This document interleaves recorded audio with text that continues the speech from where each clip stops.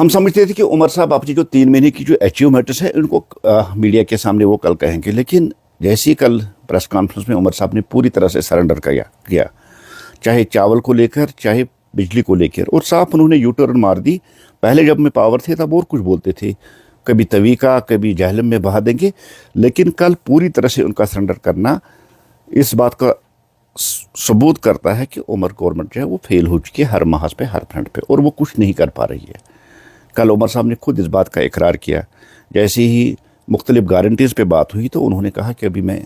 उस पोजीशन में नहीं हूँ या मैं कर नहीं सकता हूँ, या कुछ और मजबूरियाँ उन्होंने दर्शा दी। सीधी सी बात है कि उमर गवर्नमेंट ऐसा कुछ नहीं कर सकती है। उमर साहब का सरेंडर करना, मुझे लगता है कि उमर साहब ने इसी बात पे वोट लिए थे, जैसे उन्होंने गारंटियाँ दी थी, जिस तरह से उन्होंने 10 किलो चावल या 200 यूनिट बिजली, खासकर आज बिजली की बहुत अशद ज़रूरत है क्योंकि विंटर्स चल रहे, हारिश विंटर चल रही, इसमें सरेंडर करना कि मीटर लगाने पे ही आपको बिजली मिलेगी, मुझे लगता है कि उमर साहब ने पूरी तरह से सरेंडर करके अपनी ही बात से मुकर गया जैसे उन्होंने पहले बात की थी। और ये पूरी तरह से दर्शाता है कि उमर सरकार फेल हो चुकी है हर महाज पे, हर फ्रंट पे। और उमर साहब ने जिस तरह से कल अपनी प्रेस कॉन्फ्रेंस में गारंटी से दूर भाग के कभी और इशू उठाए हैं, ये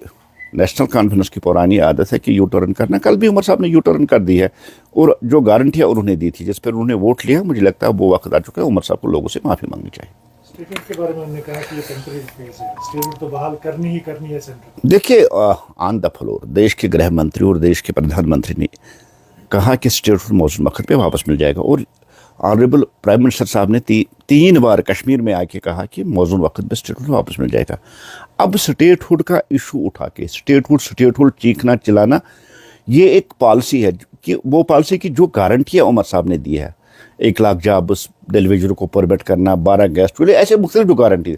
उन गारंटियों से लोगों का तवज्जो हटाने के लिए, डाइवर्ट करने के लिए उमर साहब स्टेटहुड, और उमर साहब ऐसे कह रहे हैं कि जानचुते में नकस पटानो स्टेटहुड, ऐसे वो स्टेटहुड कह रहा है। सच में स्टेटहुड मिलने वाला है, ये एक गारंटी दी हुई है, कमिटमेंट की है देश के प्रधानमंत्री ने, देश के होम मिनिस्टर साहब ने, हमें यकीन है कि स्टेटहुड मिल जाएगा। उमर साहब को स्टेटहुड का राग